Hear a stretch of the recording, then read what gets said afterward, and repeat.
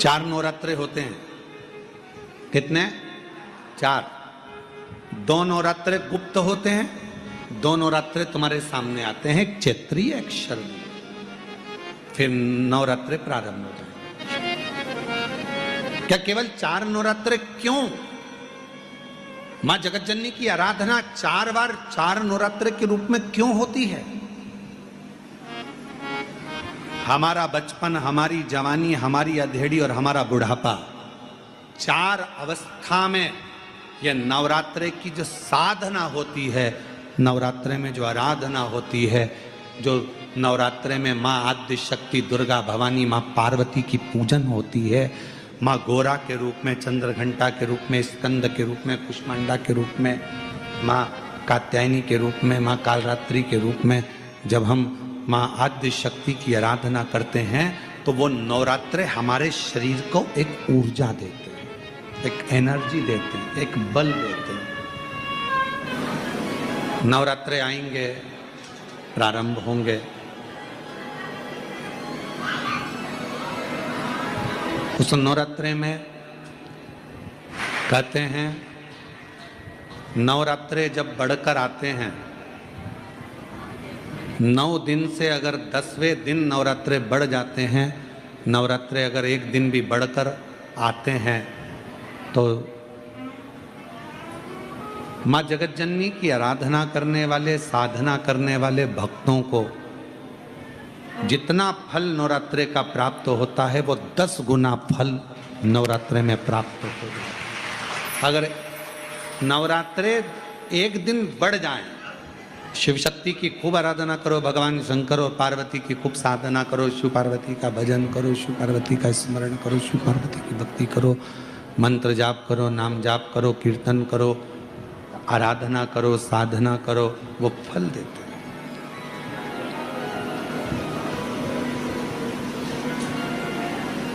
आराधना साधना मां अंबा जगदम्बा की भी शिव के साथ। संपूर्ण देशवासियों को बधाई देता हूं कि आज नवरात्रे के पहले दिन, नवरात्रे में जितनी शंकर की आराधना कर सकते हो उतनी करो। शंकर की आराधना करने से नवरात्रे में शक्ति का बल बढ़ता।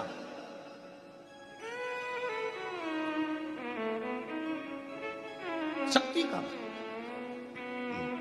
क्यों गुरुजी नवरात्र में शंकर जी की आराधना क्यों करना चाहिए? हमने कहा अगर माता रानी से जो मांगना है तुम्हें, अगर तुमने नवरात्रे में शिव जी की आराधना करिए, शंकर की कथा सुनिए, शंकर की आराधना करिए, शिव स्तुति करिए, शंकर को एक लोटा जल चढ़ाया, मां आद्य शक्ति तुम्हारे पर कृपा करेगी। क्यों? क्योंकि जिस स्थान पर शिवलिंग रखा होता है और जो हस्त कमल है वो माँ पार्वती जगत जननी दुर्गा भवानी है। जब हम जल चढ़ाते हैं माँ आद्य शक्ति अम्बा जगदम्बा 64 योगिनियों पर वो जल चढ़ जाता है और जगत जननी नवरात्र में प्रसन्न हो जाती है। वो जल की इतनी महत्वता है।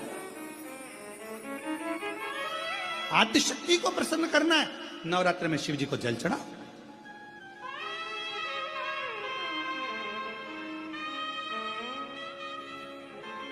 कोई बेटा बेटी है, कोई एग्जाम दे रहे हैं, कंपटीशन एग्जाम में बैठ रहे हैं, सर्विस के लिए जा रहे हैं, नौकरी के लिए जा रहे हैं, नौकरी नहीं लग रही है, हम कहेंगे लाल पुष्प की पत्तियों को प्रत्येक किसी भी नवरात्रि के अंदर, नवरात्रि के अंतर्गत 9 दिन का तुम नियम बना लो। जैसे कई माताओं का नियम रहता है, मेरा व्रत है, मैं दूध पर, 1 गिलास दूध पर व्रत करूंगी, मैं नंगे पैर चलूंगी, मैं ये व्रत करूंगी, मैं वो व्रत करूंगी। मैं बेटा बेटियों से कहूंगा, नवयुवक बच्चों से कहूंगा, अगर आप कंपटीशन एग्जाम में बैठ रहे हो, अपनी पूरी मेहनत करो, पूरा परिश्रम करो, रात दिन एक करो और लगे रहो। और 9 दिन तक नवरात्रि में 9 लाल फूल की 9 पंखड़ियां या 9 कोई भी चावल लाल कलर में कर कर, कुंकू में कर कर, अगर माँ जगतजननी के मंदिर में नहीं जा सकते, माँ भीड़ रहे तो शिवलिंग की जो जलाधारी है, जहां पानी गोल घूमता है, इस जलाधारी पर कहीं पर भी नवरात्रे में 9 दिन तक या तो लाल फूल की पंखड़ी 9 या 9 चावल के दाने लाल कलर कर कुंकू में, लाल चंदन में उस स्थान पर चढ़ाना प्रारंभ करो। 9 दिन के बाद तुम्हें 15 दिन और निकलेंगे, उसके बाद तुम्हें खुद लगेगा कि तुम्हारी जॉब, तुम्हारी नौकरी तुम्हारा बाबा ने लगाया है। शक्ति का बल, परिश्रम जरूर करना, मेहनत जरूर करना, रात दिन पढ़ाई एक साथ करना और अपने परिश्रम को नहीं छोड़ना। मेहनत जरूर करो पर साथ में ये प्रयोग भी करो नवरात्रि का। देखो शिव और शक्ति का बल तुम्हें प्रसन्नता देता है कि नहीं देता। शिव शक्ति का बल हमें प्रसन्नता देता है कि नहीं देता।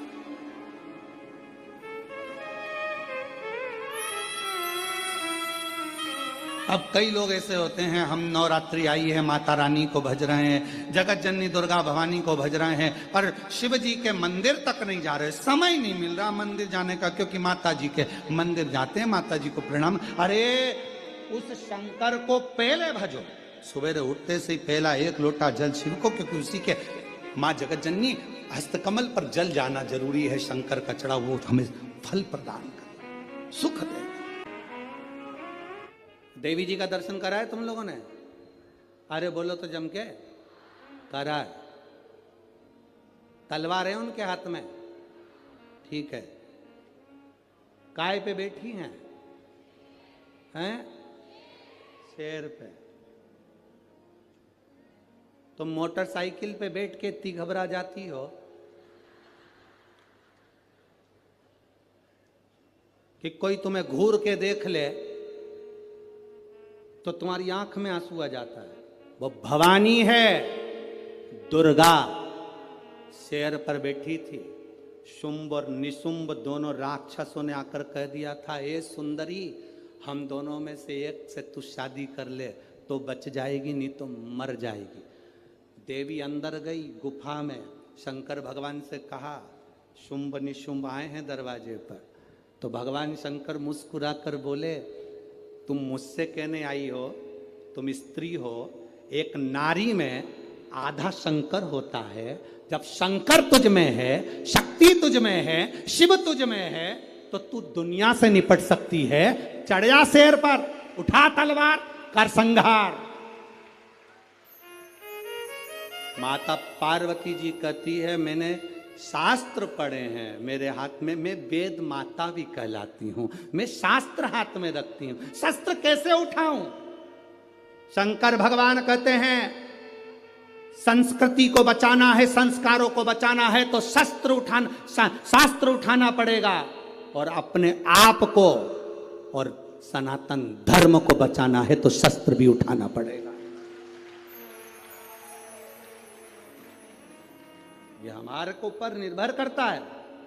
हम शास्त्र भी उठा सकते हैं और शस्त्र भी उठा सकते हैं। ये मां जगजननी दुर्गा भवानी का दर्शन करने जाओ तो उस माता को प्रणाम कर कर उससे कहकर आना, मां जब शास्त्र की जरूरत हो तब मुझे शास्त्र देना, और जब शस्त्र की जरूरत हो ऐसा बल देना, ऐसा शस्त्र देना कि दुनिया के लोग याद रखें, हम याद रखें।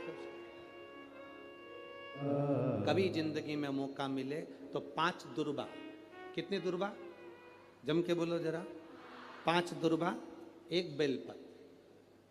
कभी अगर मौका मिले जीवन में, 5 दुर्बा 1 बेलपत्र, 1 अक्षत, 1 चावल का दाना, और तीनों पत्तियों पर लगा हुआ चंदन। बेलपत्र की जो 3 पत्ती होती है, इन तीनों पर लगा हुआ चंदन, दुर्बा, बेलपत्र, चावल का 1 दाना मध्य पत्ती पर रखकर, जब भी आप अपने हृदय से कोई सरकारी गतिविधियों में कहीं फंस गए हो, सरकारी कोई केस चल रहा है, कोई सरकारी चीजों में अगर तकलीफें आ रही हैं, तो शिव का नाम लेकर आप अपना कर्म जरूर करना, मेहनत जरूर करना।